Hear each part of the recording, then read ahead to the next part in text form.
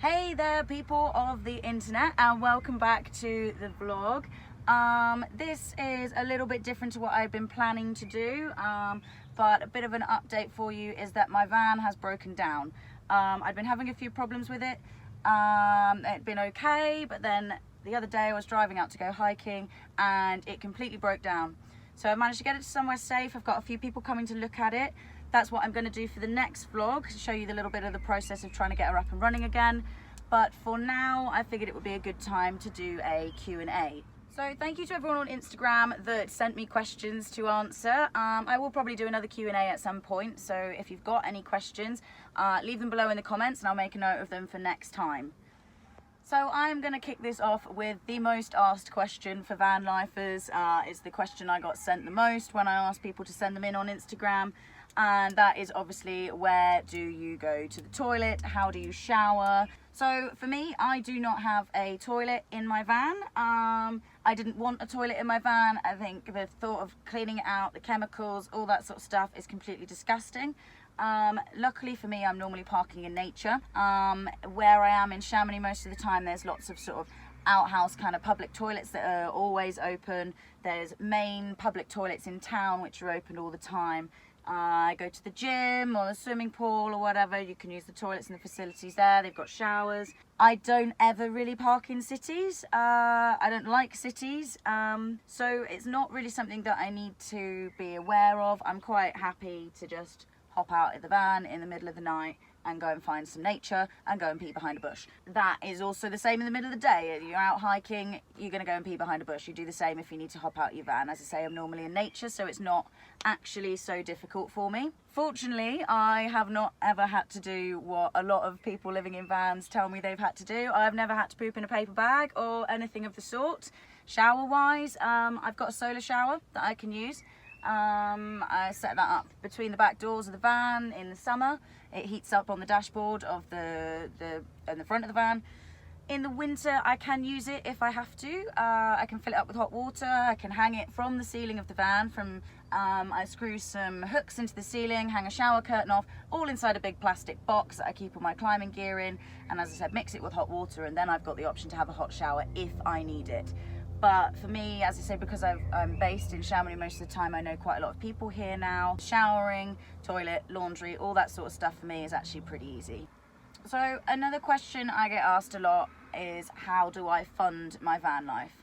And for people that are on the road all the time and traveling to new places all the time, I imagine that's a lot more difficult unless you're able to work remotely or have like an internet-based job, which I do a little bit of that sort of thing, but mostly I'm based in Chamonix, as I've said, so I'm in a tourist town. There's lots of sort of hospitality based work, waitressing, cleaning, bar work, anything like that, dog walking.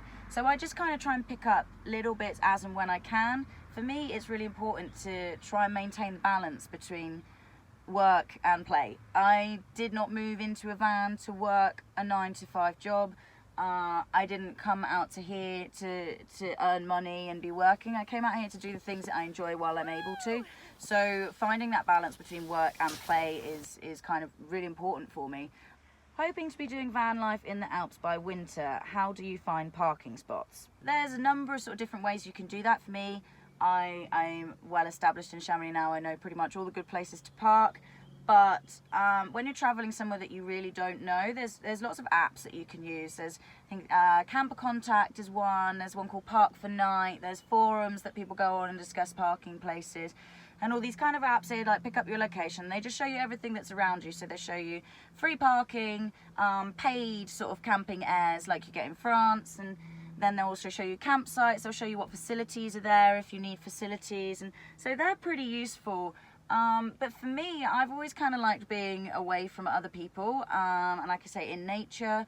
So I've always found, actually, if you know roughly where you're going, have a look on Google Maps and like put the satellite on and zoom out and or in and try and see any nice sort of features around. Like if you can see water and then you can see there's a little parking spot next to the water, then quite often I'll go and check that out. And I found some really, really amazing places doing that. And as long as there's no signs up saying no overnight parking or anything like that, generally you're okay. Any tips on being safe as a woman solo traveling in a van? Now, when I first moved into the van, it was kind of something that worried me about finding myself in a situation where I felt unsafe or needed to get away from. And I think I was quite conscious when I first started in the van to park in places where, even though I was like not in towns or anything, because I generally feel safer in the countryside, parking somewhere where I could easily get out of, or there would be likely to be some sort of person or a house nearby or something. And then I used to keep an ice axe next to my bed, just in case anyone tried to sort of come into the van. I had someone try my doors once when I was parked up somewhere in the UK, but otherwise that's the only issue I've ever had. I've never seen anyone walking around my van. I've never had anyone, I've never felt unsafe. I've never really felt unsafe. The only place maybe is occasionally in the UK, but otherwise, no, I've always felt pretty safe in the van, and I don't really take any extra precautions for trying to keep myself safe like that. Don't have an easy way to escape, actually, if I did feel unsafe somewhere, because I have the bulkhead in the van. I didn't take the bulkhead out. There's no window to get through it. So if I need to drive away, I actually have to physically get out of the back of the van, get into the front, and then drive away. It's something I'm looking to adapt. I'll touch on it a little bit later about any changes I might do with the van.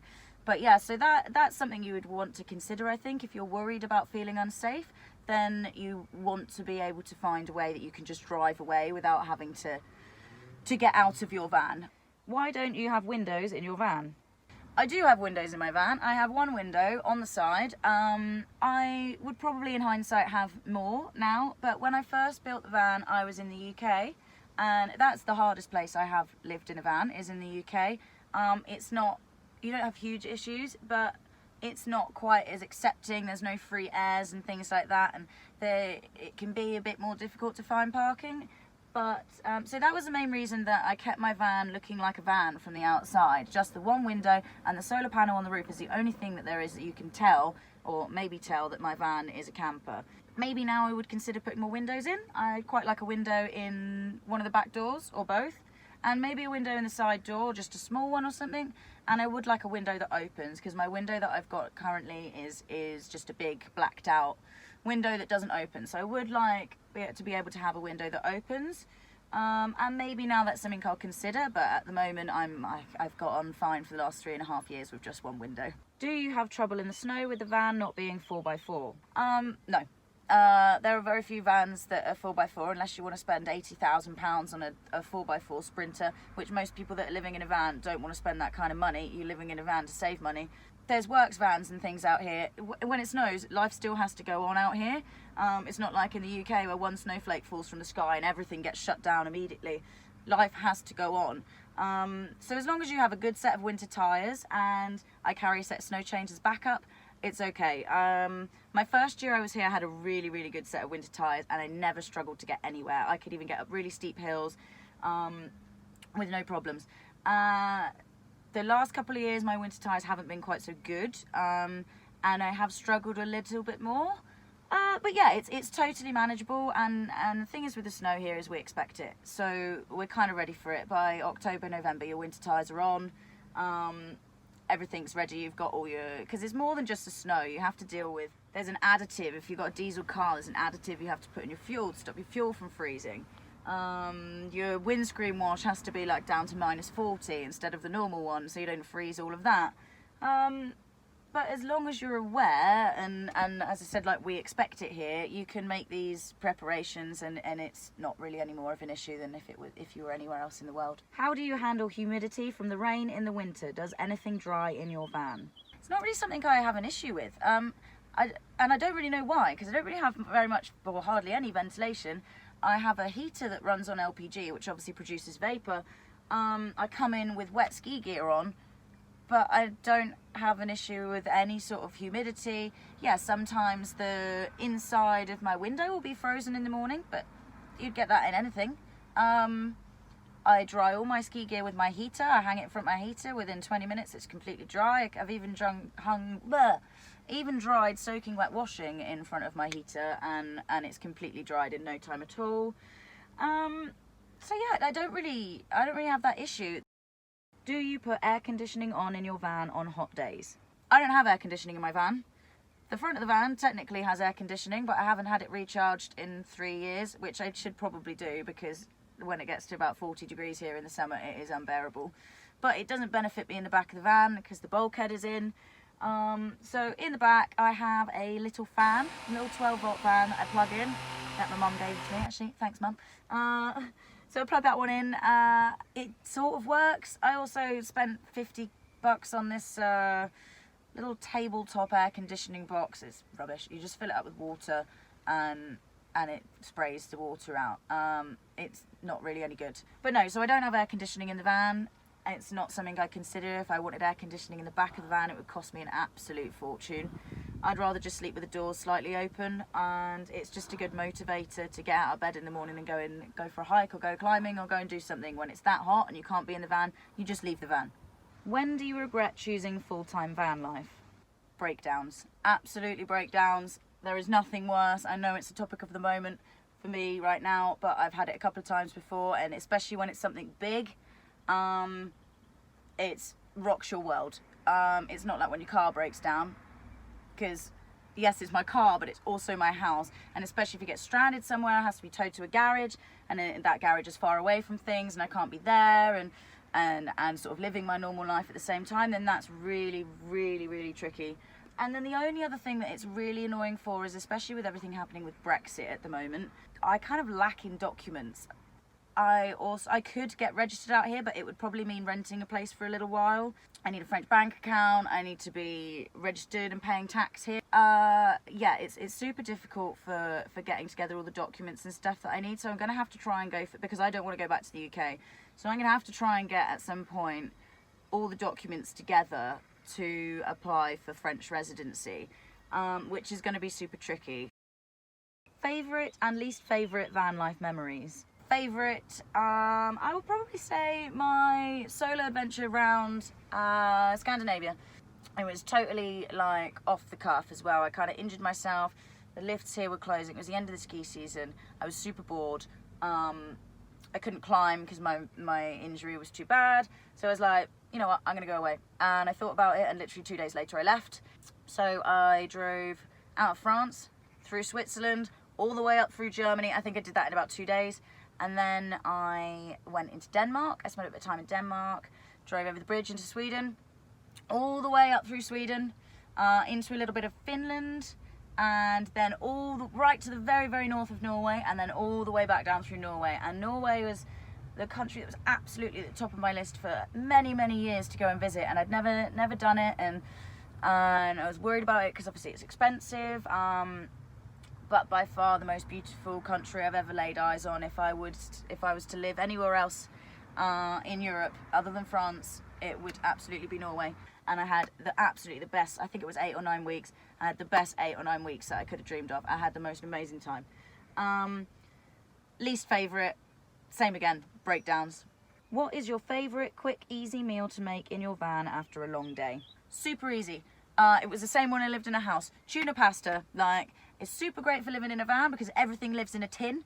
Tuna lives in a tin, sweet corn lives in a tin, red onion doesn't live in a tin, but it doesn't go off, doesn't need to be kept cold, and I don't have a fridge.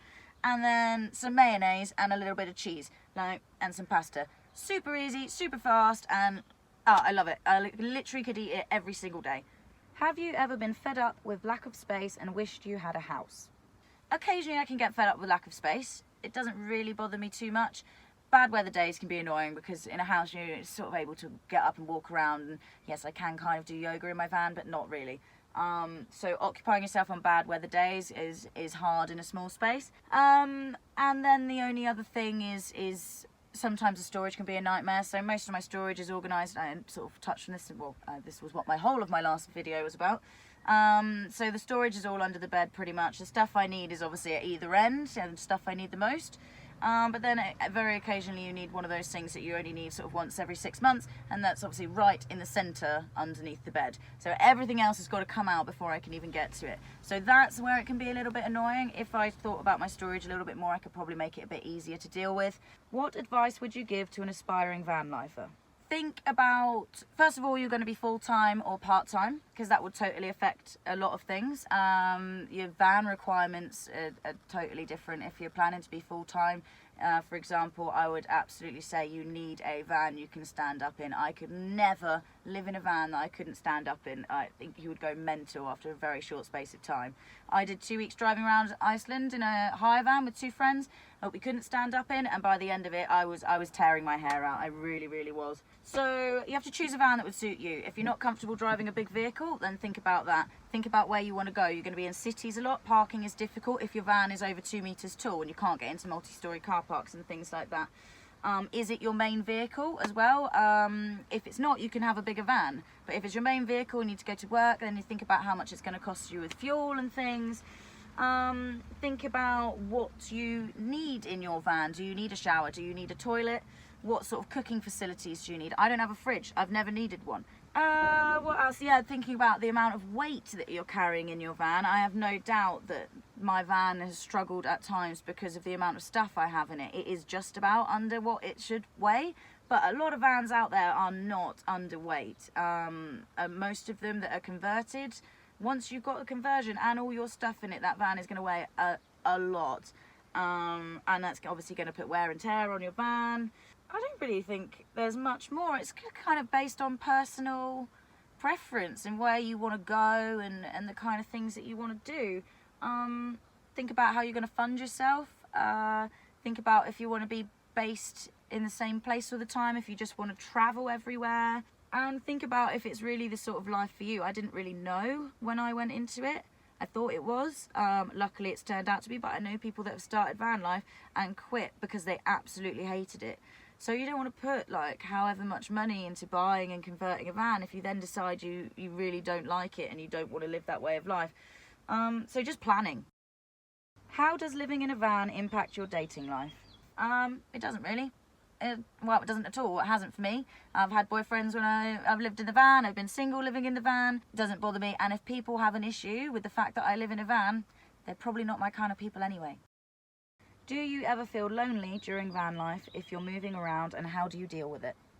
Yes, I am a super lonely person. Even when I lived in a house, I was always super lonely, and it's not because I don't have people around me. I have so many amazing friends here, but I'm just one of those people that gets lonely. If I'm by myself, generally, I do get lonely. I can keep myself occupied, but generally I try and get out and do as much stuff with people as possible because I do feel like that, but that's been the way my whole life. But there, obviously, I've done trips away where I've been by myself, and I do live in the van by myself. And there are ways still with it. Like when I was in Norway, I was just FaceTiming my friends every day, and like social media and speaking to your family and things like that, and just go out and meet people. If you had to do things differently, what would you change? Different van, different layout, etc. For me, I probably wouldn't change much. Part of me would consider a different van. I love the size of this van. And aside from what I touched on with the gearbox, like I think these vans are generally quite reliable. I love the extra height. This is, I think, the tallest van that you can buy pretty much. But there's part of me, I would consider like a Volkswagen Crafter or a Sprinter if they didn't rust, and I can't afford a new enough Sprinter for it not to rust. So maybe a Volkswagen Crafter. I think they're about 80 centimeters longer than this van, slightly shorter but still big enough for me to stand up in, so I'd consider that. And then otherwise, I think just very, very small layout changes. I'm going to do a video about this at some point, so I'm not going to go too much into it, but I might change the bed slightly. As I touched on, I'd probably put an extra couple of windows in. Now I'm not going to be in the UK and I don't need to be stealth. I would cut a hole in the bulkhead. I wouldn't take the bulkhead out, but I'd cut a hole in it so I've got that access to the front of the van if I need it. Yeah, that's kind of really it, to be honest. I wouldn't put in anything else that I don't have now. I wouldn't put in a full like fixed shower. I wouldn't put in a fridge. I wouldn't put in a fixed oven. I'd keep all my electrics the same, I think. To be perfectly honest, I'm really quite happy with my van, and I've been in it for 3.5 years now, and I'm comfortable in it. I don't have any massive complaints. It works for me, and I think that's the most important thing, is that your van has to work for you. My van might not work for other people, but for me it's perfect. People say I've got too much like crap around in my van, or there's too many trinkets and things, but for me it makes it feel like home, and that's what it needs to be. Like, it is my home, so I want it to feel like my home. I don't want it to feel like I'm living in a box that's uncomfortable. Like, I want it to be nice, and for me it's nice, and it's perfectly practical and gives me everything I need. So yeah, I don't think I'd really change that much, to be perfectly honest. thank you so much for watching, guys. I hope my answers to your questions have been useful, what you wanted to know. Thank you for sending those questions in. As I said before, if you have any more questions or you want to know more about what I've talked about, then pop a little comment down below and I'll get back to you. I'll either do it in another Q&A or I'll get back to you in the comments. Let me know what you think. Please like and subscribe, catch up with me on Instagram, and hopefully next time I'll be able to bring you a little bit of an update on how I'm getting on with sorting this latest breakdown. Cheers, bye bye.